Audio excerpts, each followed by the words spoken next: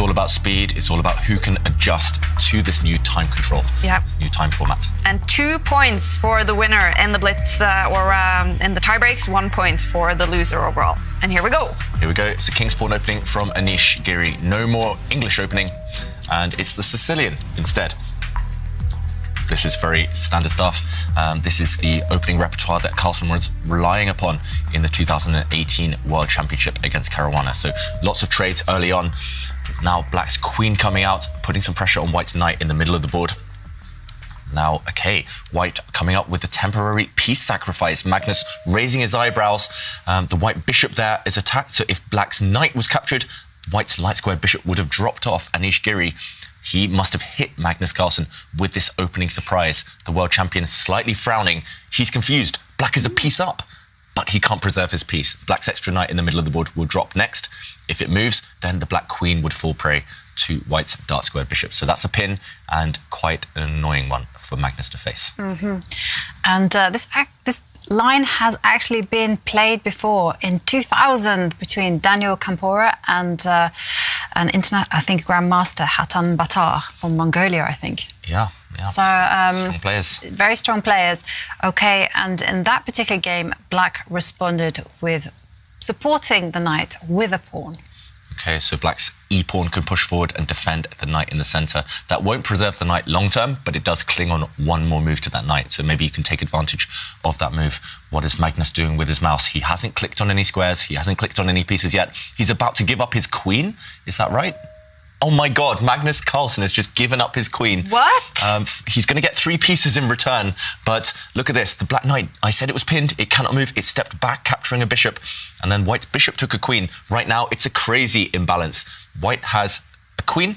Black has a knight and 2 bishops in return. So actually, 3 pieces, they add up to 9. A queen worth 9. It is roughly balanced. But when a queen is on the board, it's all about king safety, and Black's king is a clear target in the middle later on.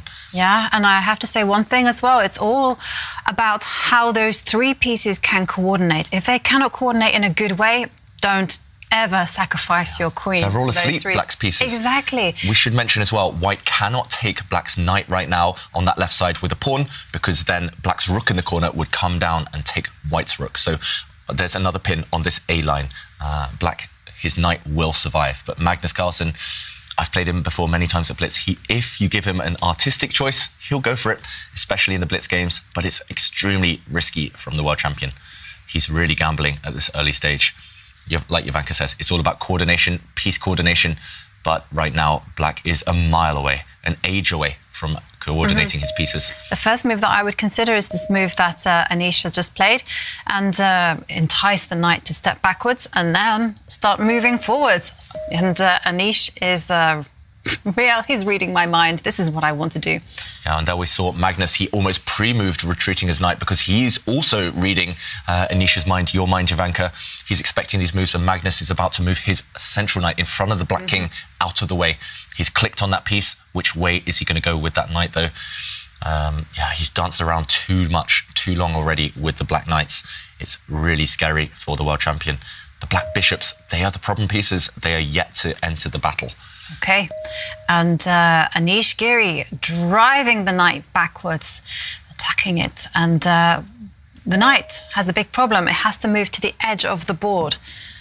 This is, and then again, what's it doing on the edge of the board? It can get locked out of the game, and suddenly it will be a queen against 2 minor pieces, and that's not sufficient. Yeah, and that's why Magnus pushes a pawn on this right side. Firstly, he's trying to break down the integrity of White's pawn structure, those far advanced White pawns, but he's also trying to find an escape route for that Black Knight trapped on the right, on the edge, just in case, as Jovanka mentions, it gets trapped.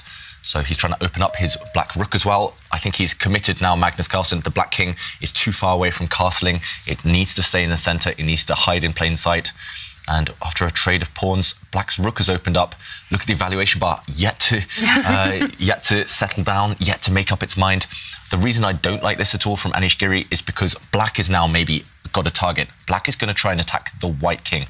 Look at this. He's pushed a pawn forward, daring Anish Giri to play en passant, which has just happened, capturing the pawn as if it just moved one square. So you can sometimes prevent your opponent from bypassing your own pawn. But Magnus now has opened up his light squared bishop, which was previously asleep. And now look at this, developing his rook across the board horizontally. That's rare. That's rare. Unique. But I do think that white can copy as well. So he can get inspired by black's last move and also move his rook on the same line, 2 squares, and try to use the third row. And Anish goes for a different option where he just locks out this black rook. And Magnus, wow, he is playing aggressive chess. He pushes his pawn forward, attacking the knight, driving it backwards, and saying to Anish, hey, every capture that you make is going to suit my pieces. But look at this, Jovanka, because look at White's pawns right now. He's thrown everything forward. All of White's pawns are on the 4th rank. There's also one on the 6th rank. He's not caring at all about pawns, neither side about pieces of pawns. They're not even counting, I think, anymore who's ahead in material. Right now, that white pawn is attacking black's rook on the edge of the board. That pawn can actually just be taken by a black knight, but then white would gain time attacking the black pieces and forcing the black pieces backwards. So Magnus Carlsen, he's given up his queen already. Is he going to ignore his rook as well? Or is he going to move his rook? Is he going to take a pawn? So many choices for the world champion. This position is just crazy.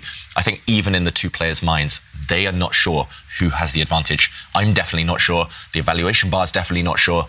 This one is one of the wildest chess games I've seen probably ever, but definitely throughout the tour. Yeah, and I can tell you, top engine choice is knight take, capture the pawn. Second is for black just to ignore the rook and just capture the knight. Yeah. Okay, he takes the pawn, so he goes for the recommended move, and now after white gives up a pawn with the check, black recaptures, and now white's knight has jumped in. Magnus is under check. We see on his screen the king is highlighted. Wow. That just shows it's check, but he's getting ready to click his dark square bishop and take that white knight. And it looks like it's happened. The black bishop took a knight, and Anish had pre-moved to recapture with the white queen. That happened instantly, and now the black knight retreating. It's still 2 knights and a bishop for the white queen, so roughly material balance. But look at this, white is trying to get to the black king, trying to open up lines, trying to find a path through. But so far, black's knight, bishop, they're controlling squares. There's no check, and if there's no check, maybe black is safe. And maybe black is okay. And if there's no check and no threat of checkmate or anything, then probably it means that black can go on the offensive as well. So Anish pushing forward a pawn, trying to lock down the lines. Okay. But black's king can start running, or black can even take a pawn on the side of the board with the rook on that left flank. Suddenly, okay, Magnus retreats his knight, just acting as a defensive piece now. I'm slightly surprised because that knight was preventing white's remaining rook from getting to the centre. But Magnus, he's confident he's going to survive. Knights are a king's best friend, and there's 2 of them defending the black king. And Magnus is just saying, hey, those 3 pieces will defend the black king, and the rooks, they're going to start targeting those weak pawns on the left and the right. Yeah, those 2 black rooks, they're developing not in the way we normally see in chess. Normally we see the king castle and then the rooks come to the centre. Those rooks are developing up and down the board. And actually, I just did a quick count. Black is 1 point up. If we talk about pawns, pieces, black is a pawn up. So after all of that kind of tactical melee, it's looking good for Magnus Carlsen. And Anish, he lifts his rook up the board. What's the plan? Maybe a defensive manoeuvre. Maybe he wants to bring that rook across and eliminate one of black's rooks. But maybe he also wants to just step his rook to this 1 square and then maybe threaten a sacrifice or something. Anything to get at the black king. Could have done that on the last turn. I think that's not his idea anymore, Jovanka. I think he's just purely on the defensive, Anish Giri. But Magnus Carlsen, he's going to move one of his rooks. I'm not sure which one, but he's going to move one of his rooks. Oh no, he moves his king.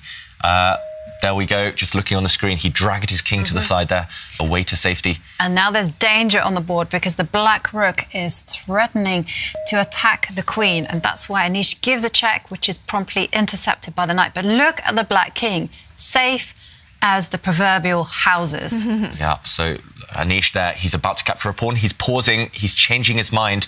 Look at the thought process from Anish Giri. He's indecisive. He's not sure which direction to go for with that queen.